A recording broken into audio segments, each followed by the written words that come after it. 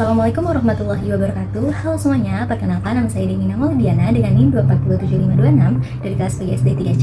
Pada video ini saya akan menceritakan sebuah studi kasus tentang analisis kebutuhan belajar siswa sekolah dasar berbasis perkembangan yang saya amati langsung berdasarkan kondisi anak dan lingkungannya. Untuk deskripsi kasusnya sendiri, anak yang saya amati adalah seorang anak perempuan berusia 9 tahun yang duduk di kelas 4 SD. Ia tinggal bersama ayah dan adik kandungnya di lingkungan perkampungan.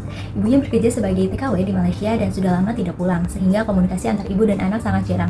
Hal ini membuat anak menyimpan rasa sedih dan kecewa saat ditanya tentang ibunya. Anak itu cenderung lebih diam dan tidak nyaman membicarakannya.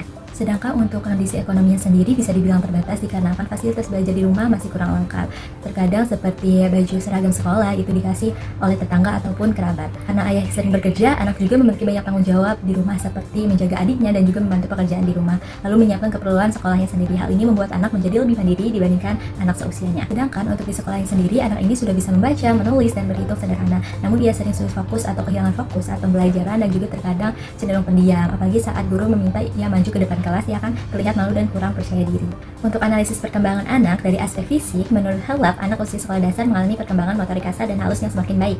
Anak yang saya amati, perkembangan fisiknya tergolong baik. Anak mampu melakukan aktivitas motorik kasar dan halus seperti membantu pekerjaan rumah dan menulis dengan cukup rapi. Namun anak sering terlihat mengantuk dan kurang bersemangat. Hal ini menunjukkan pentingnya waktu istirahat yang cukup. Untuk aspek kognitif, menurut Sim Piese menyatakan bahwa anak usia 7-11 tahun berada pada tahap operasional konkret, yaitu anak lebih memahami pembelajaran jika ada benda nyata atau contoh konkret dibandingkan dengan abstrak, karena anak akan mudah kehilangan fokus. Anak yang saya amati ini lebih mudah memahami pembelajaran jika menggunakan benda nyata tersebut atau contoh langsung. Nah, jika pembelajaran hanya berupa penjelasan panjang, anak akan mudah kehilangan fokus dan merasa bosan. Pada aspek sosial emosional, menurut Erik Henriksen menjelaskan bahwa anak usia 6-12 tahun dihadapkan pada konflik psikologi inductive theory. Dalam kasus anak yang saya amati ini, anak ini terlihat cukup mandiri dan bertanggung jawab karena terbiasa membantu di rumah. Namun di sekolah, anak masih kurang percaya diri, takut salah, dan tidak berani tampil di depan kelas. Secara emosional, anak ini tergolong tenang dan mampu mengendalikan diri karena selalu menurut jika ada hal yang tidak diinginkan tapi tidak dapat didapatkan. Ia tidak pernah tantrum. Pada aspek moral, menurut Colbert menyatakan bahwa perkembangan moral pada anak-anak bergerak dari pemahaman berbasis hukuman atau imbalan prakonvensional menuju norma sosial konvensional.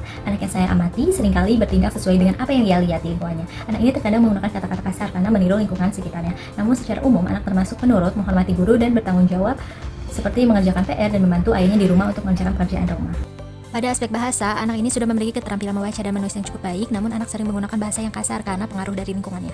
Untuk identifikasi kebutuhan belajar, berdasarkan pengamatan, anak memiliki gaya belajar visual dan kinestetik. Anak lebih memahami materi jika melihat gambar, menggunakan alat peraga, dan belajar melalui aktivitas langsung. Jika guru hanya menjelaskan melalui lisan dan menulis tulis, anak sering kehilangan fokus. Untuk hambatan belajar anak, yang pertama, kurangnya pendampingan belajar di rumah karena tidak ada peran ibu dan ayah tidak selalu membantu belajar anaknya di rumah. Yang kedua, fokus yang mudah teralihkan di kelas, dan yang ketiga, pengaruh bahasa kasar dari lingkungan sekitar.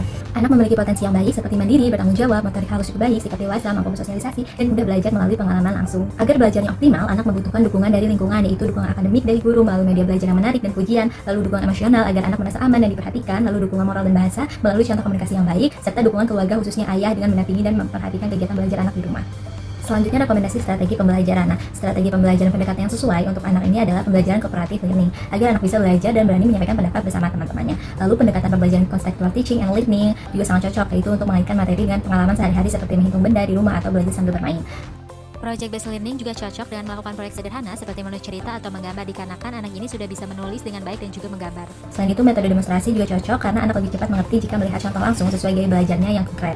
Lalu metode bermain sambil belajar atau role play dapat membantu anak memahami materi sekaligus melatih komunikasi yang baik dan sopan agar kebiasaan menggunakan bahasa kasar akan mulai hilang. Lalu media dan alat bantu pembelajaran yang digunakan sebaiknya berupa gambar, poster, kartu angka, dan huruf berwarna, atau video animasi pendek, alat peraga sederhana, LKPD yang menarik dan berwarna, serta praktik sederhana yang melibatkan gerak tubuh agar anak itu tidak mudah bosan. Lingkungan belajar juga perlu disesuaikan seperti menempatkan anak di posisi duduk depan, menyediakan papan visual kelas, memberi jeda belajar teratur. Jadi setiap pembelajaran dibuat menyenangkan dengan dijeda 5 menit untuk ice breaking agar anak itu tetap fokus, serta lingkungan kelas yang menarik, yaitu menciptakan suasana kelas yang bersih, rapi, dan nyaman. Guru juga berperan penting sebagai pembimbing belajar, fasilitator, pengamat, motivator, evaluator, dan sebagai penghubung dengan orang tua agar perkembangan anak dapat didukung secara optimal.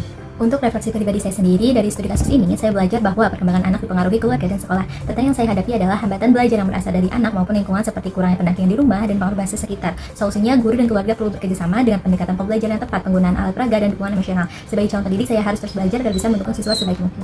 Demikianlah pemaparan studi kasus yang dapat saya sampaikan. Semoga video ini dapat memberikan gambaran pentingnya memahami kebutuhan belajar siswa secara menyeluruh. Terima kasih. Wassalamualaikum warahmatullahi wabarakatuh.